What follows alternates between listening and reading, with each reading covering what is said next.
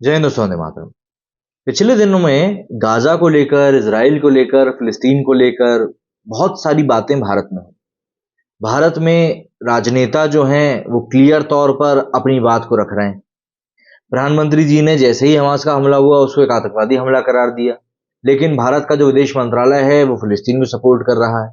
Obvious सी बात है, भारत में एक बड़ी जनसंख्या मुस्लिमों की भी है जो कि फिलिस्तीन को सपोर्ट कर रही है। और भारत का शुरुआत से स्टैंड फिलिस्तीन के प्रति इसीलिए भी झुकाव भरा रहा है क्योंकि भारत में एक बड़ी जनसंख्या मुसलमानों की। लेकिन अब चुनावी दंगलों के बीच में भी ये पूरा का पूरा मुद्दा काफी ज्यादा बैठता जा रहा है। ऐसे में हेमंत बिस्व शर्मा का भी कल एक बहुत ही बड़ा बयान निकलकर सामने आया जिसमें उन्होंने राजनेताओं को गाजा भेजने की बात करी। इन्हीं सब चीजों के ऊपर अब सुप्रिया सुले का भी बयान निकलकर सामने आया है। दरअसल एनसीपी चीफ शरद पवार की बेटी और पार्टी सांसद सुप्रिया सुले ने असम के मुख्यमंत्री हेमंत बिस्व शर्मा के हमले पर पलटवार किया।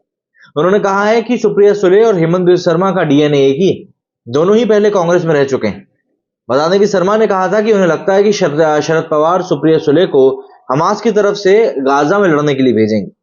सुप्रिया ने गुरुवार को कहा था कि हेमंत बिस्व शर्मा के बयान से आश्चर्यचकित हैं क्योंकि हेमंत बिस्व शर्मा और वो दोनों ही मूल रूप से कांग्रेस में रहे। उन्होंने आगे कहा कि इस बात की खुशी थी कि कांग्रेस से भाजपा में गया उनका कोई साथी बीजेपी में जाने के बाद मुख्यमंत्री बन गया।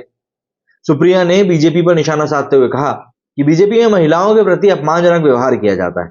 बीजेपी आईटी सेल को यह समझने की जरूरत है कि शरद पवार ने आखिर कहा क्या है।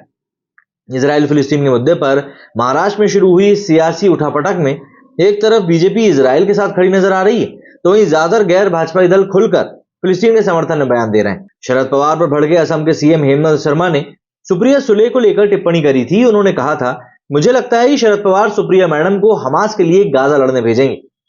पवार ने कहा था कि पूरी जमीन फिलिस्तीन की है और इजराइल ने उनकी जमीन पर कब्जा कर लिया है। वे जगह, जमीन और घर सब कुछ फिलिस्तीन का ही था और बाद में इजराइल ने उस पर कब्जा कर लिया। इजराइल एक बाहरी व्यक्ति है और जमीन मूल रूप से फिलिस्तीन की है।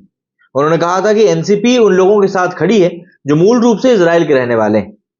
शरद पवार ने आगे कहा था कि इंदिरा गांधी, राजीव गांधी, जवाहरलाल नेहरू, अटल बिहारी वाजपेयी सभी के विचार फिलिस्तीन के साथ खड़े होने के समान थे। यह हमेशा भारत सरकार का रुख था। भारत कभी किसी और के साथ खड़ा नहीं हुआ। भारत हमेशा उन लोगों के साथ खड़ा रहा है जो मूल रूप से खड़े थे, वहां की जमीन और मकानों के मालिक हैं। और यह बहुत ही दुर्भाग्यपूर्ण है कि पहली बार हमारे प्रधानमंत्री असली मुद्दे को छोड़कर इजराइल के साथ खड़े। उन्होंने असली मुद्दे को नजरअंदाज किया है। हमें अपने रुख पर स्पष्ट होना चाहिए। एनसीपी का रुख हमेशा स्पष्ट है और हम उस पर कायम हैं। जो लोग मूल रूप से उस भूमि के निवासी हैं, हम उनका ही समर्थन करते हैं।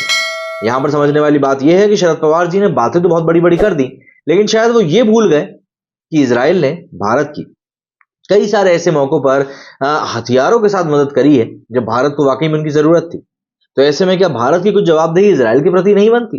क्योंकि फिलिस्तीन सिर्फ समर्थन चाहता है, और समर्थन किस बेसिस पे चाहता है कि भैया हम मुसलमान हैं तो हमारा समर्थन करो। लेकिन यहां पर समझने वाली बात यह कि भारत ने फिलिस्तीन का तो साथ दिया, लेकिन जब जब पाकिस्तान ने भारत के ऊपर हमला किया तब क्या किसी अरब देश ने भारत का साथ दिया? नहीं। अरब देश हमेशा से पाकिस्तान के साथ ही खड़े रहे। इवन कश्मीर को लेकर भी उन्होंने वही बात कही जो पाकिस्तान बोलता था। तो ऐसे में भारत को भी तो समझना पड़ेगा कि वो जो सपोर्ट कर रहा है क्या उसके बदले में उसे कुछ मिल भी रहा है। मेरे स्टूडियो फिलहाल इतना ही। जय हिंद, जय भारत।